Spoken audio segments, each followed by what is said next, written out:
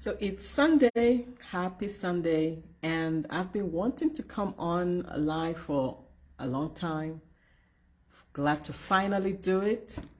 How's your year going so far? It's been a wonderful year. We're already in February. Can you believe that? I'm looking like, wow, it's the 5th of February. I've been saying I'm going to be going live. And so finally today I sat down and said I'll go live. One of the things we do at the beginning of the year for many people is we start with our goals for the year. We put a plan together. Some people call it resolution, different things. But do you know that by February, like 70% have dropped off? I take a bit of a different bend, and I actually don't start my plan until February because I want to see how things have gone for the year, up to date, review my previous year, and then I start to put a plan together. So my plan is more of a growth plan. And I learned that from my mentor. Some of you already know who he is. That's John Maxwell. And he talks about how when he got started, you're kidding me. Am I live? I don't see anything. I think I'm live. Apologies. So I learned from him. Can't delete, right? I learned from him about having a growth plan. Having a growth plan. And so the way I put it is I have an acronym for growth. And starting off, growth, of course, you know the spelling of growth, and I'm going to have my whiteboard. So we have growth. Growth. And hopefully you can see what that is. So growth, starting off with gratitude. I find that when I am focused on what can I be grateful for in any situation, even when things are not necessarily the way I would like them to be, but I focus on, well, some things are within my control, some things are not within my control. However, what can I be grateful for? And of course, because I'm a person of faith, God. What is my relationship with the Lord? And having that relationship with the Lord helps me to be grateful. And today being Sunday, I thought it's a great way to start this video series. So I will be doing a video on each of the steps for a growth plan.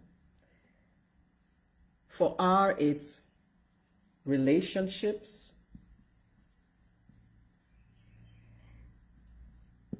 And if you've been on a plane, you know they always talk about before you put the mask on somebody else, put the mask on yourself first. So it's looking inward and seeing, well, what is the relationship I have with myself? Because the relationship I have with myself is going to influence the type of relationship I have with others. The better I have a relationship with myself in terms of how am I taking care of myself, what are my thoughts toward myself. Forbes, another mentor that I have been learning so much from, Forbes Riley, she has this song that she plays, which I absolutely love. I didn't know about the song until I attended her sessions, and it's, I love me. I love me. So are we able to really say, I love me? Are you able to say, I love me? Or are we looking at the flaws? Look, there's nobody perfect. Only Jesus was perfect. The rest of us, we look to him. For those of us who are people of faith. So once I accept that I'm not perfect. However, I have a purpose. God has put me on this earth for such a time as this. And He's given me gifts and talents to share with the world, to share with those around me. And so what am I doing with those gifts? When I can love myself and appreciate what God has placed in me and how He has created me, then that can flow from within me to those around me. And so the relationship I have with myself is very important. And then it will flow to the relationship with others. The next are, I want to say, options and opportunities for all. So whether it's for your career, you're looking to start a business, whatever it is, thank you, Ma.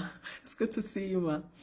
Whatever it is, options. What are the options you're looking at for growth? How are you challenging yourself to move to the next level? What are the opportunities you're looking at? W is another important one, which is wealth. We need money to be in this world that we live in. Whether it's we have to buy food, we have to pay rent, we have to pay mortgage, whatever it is, we need money. So knowing how to manage our finances, whether it's paying my taxes, whether it's sending my kids to school, putting food on the table, how are we managing our finances? So that's something we need to learn how to do as part of our growth plan. And this one came to me. I believe the Lord dropped it in me. What can I teach others? The best way, I believe, to learn something is to teach other people. When you learn something and you go and share with somebody else, it solidifies your learning. And then you start coming up with some other questions, and there's a quest to even know more. And the more you share, you find that the more you're getting more answers and sharing what you know. So I believe it's important to teach what we know to others. Because we may think, oh, I don't know enough about this. However, there's somebody who doesn't know as much as you do about a certain topic. And I think sometimes we lessen how much we know. So when you teach somebody, you put the responsibility of learning on yourself. And then when you share with somebody else, it solidifies what you already know, and it makes you even want to learn more.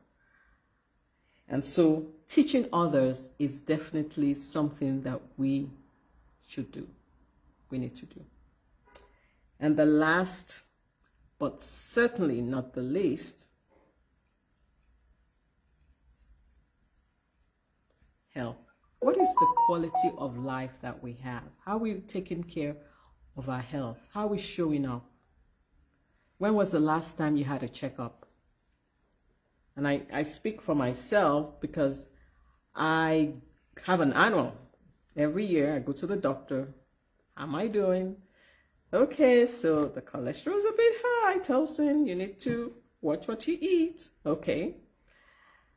But if I don't go, I wouldn't know what I need to work on. So that's something that I take responsibility for. And lately I've been hearing stories of people who just slumped. They just slumped, and that's it. And not knowing what the situation is, of course, it's very sensitive. However, I feel that maybe if they've done some checkups, they would have known what's going on. Could be like high blood pressure or whatever it is. So the regular checkups are very, very important. And so we'll be looking and exploring each of these topics over time. It's a new year. Let's make 2023 I won't say the best year ever, but the best year yet, so that we can move forward with our growth plan and have this year be better than last year. And then when we get to 2024, we'll say it's going to be the best year yet. So it's going to be 2024 will be better than 2023. And so we keep moving better, better. And that's where growth is.